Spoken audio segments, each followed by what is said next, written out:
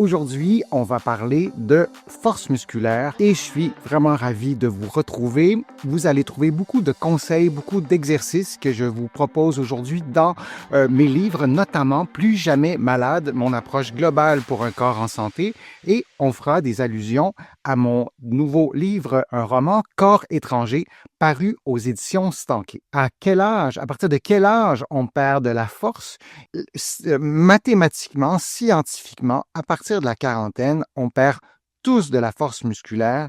Et lorsqu'on entend ça, ça peut être un peu décourageant. Et peut-être que c'est décourageant, mais c'est décourageant peut-être surtout pour des athlètes d'élite. Lorsqu'on dit et qu'on perd de la force, et là je vais vous montrer cette diapo, on parle de la force maximale qui diminue à partir de 40 ans, mais une personne active peut maintenir, voire augmenter sa force pour les activités du quotidien et pour les sports aussi. Et donc, quand on dit qu'on perd de la force 1 ou 2 à partir de 40 ans et ça augmente 10 par décennie ou peu importe quelle étude on lit, oui, c'est vrai, mais chez les athlètes d'élite, si vous faites le lancer du poids, vous n'aurez pas les mêmes performances à 60 ans qu'à 40 ans, qu'à 20 ans, c'est une évidence. Lorsqu'on parle aussi de la force musculaire, il faut parler de la force brute parce que si on parle d'activité physique, de sport, il y a une question de stratégie, d'expérience aussi, de coordination qui ne fait pas seulement référence à la force brute, une question de stratégie aussi pour les sports d'équipe. Alors, on parle de force maximale, mais dans la vie de tous les jours, dans les sports récréatifs, même de haut niveau, par exemple, si vous commencez à pratiquer la course à pied, disons que vous faites des demi-marathons et vous commencez à 65 ans. Moi, j'ai eu plein de patients qui ont commencé dans la soixantaine à faire de la course à pied. Ils ont augmenté leur performance, mais de beaucoup en plus. Le corps garde sa capacité d'adaptation. Mais si ces personnes de 60 ans avaient souhaité compétitionner contre des gens, contre des coureurs dans la vingtaine ou début trentaine, ils ne pouvaient pas être du même niveau pour autant qu'on parle d'athlètes de haut niveau dans les deux groupes d'âge. Alors ça, c'est intéressant. Et ça, on ne le dit pas assez souvent.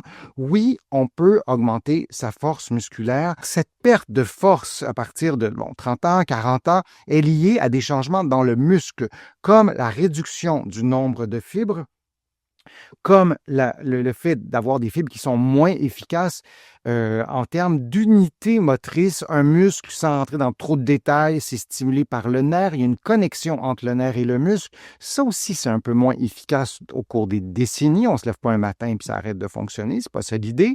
Mais oui, les processus de vieillissement ont un effet. Je vais vous montrer une vidéo. Alors ça, c'est un biceps. Si on entre dans le biceps, on va voir qu'il y a des fibres musculaires, qu'il y a des fibrilles. On voit qu'il y a des vaisseaux sanguins, qu'il y a différents types de cellules. Et là, il y a toute une biochimie du muscle. C'est vraiment très complexe. Alors, la bonne nouvelle, c'est qu'on peut retrouver, augmenter, récupérer de la masse musculaire et de la force musculaire, peu importe notre âge, évidemment avec certaines limites, mais chez tout le monde, on a des limites. On ne peut pas tous être des champions olympiques et c'est comme ça. Alors, la complexité du muscle, la complexité physiologique fait aussi sa beauté au muscle puisqu'on peut aller chercher de la force même à un âge avancé.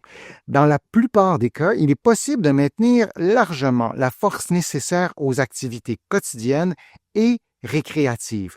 Bien sûr, si mon patient de 95 ans me consulte pour la première fois, il est déconditionné, il sort d'une chirurgie, d'une intervention chirurgicale et qui était déjà déconditionné avant, c'est sûr que ça va être plus compliqué à 95 ans qu'à 25.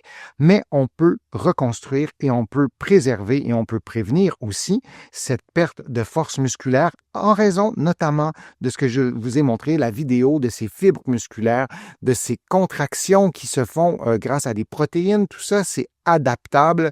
Ça répond bien à l'activité physique et on peut retrouver notre force musculaire, notre puissance musculaire aussi.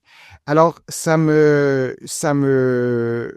touche toujours de voir des personnes d'un certain âge qui vont prendre de la masse musculaire, qui vont prendre de la force, des capacités physiques, même à 80, 90 ans, parce que c'est possible et on le voit tous les jours chez nos patients, pour autant qu'on traite cette catégorie d'âge. Donc, est-ce normal de perdre de la force en vieillissant? Oui. Et est-ce qu'on peut y faire quelque chose? Oui, souligné 3 fois. Je vous remercie de votre présence. Je vous remercie de vos questions. C'est toujours agréable de vous présenter mes contenus. Vous pouvez les rattraper sur ma chaîne YouTube. Vous utilisez la petite loupe, vous cliquez, vous entrez des mots-clés et vous allez trouver toutes mes vidéos. Il y en a des centaines et des centaines, ou plutôt des milliers. Merci aussi pour vos contributions. Sans elles, vous le savez, je ne pourrais pas vous présenter autant de nouveaux contenus et ça me fait plaisir de le faire.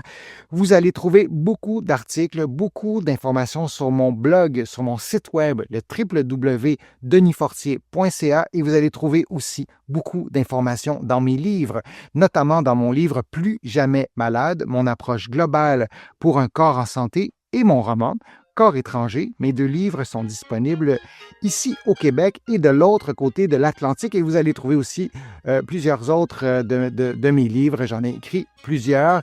Donc, merci encore une fois d'être là. Merci pour vos questions. Je suis Denis Fortier et je vous dis à une prochaine fois, un prochain direct, à une prochaine vidéo.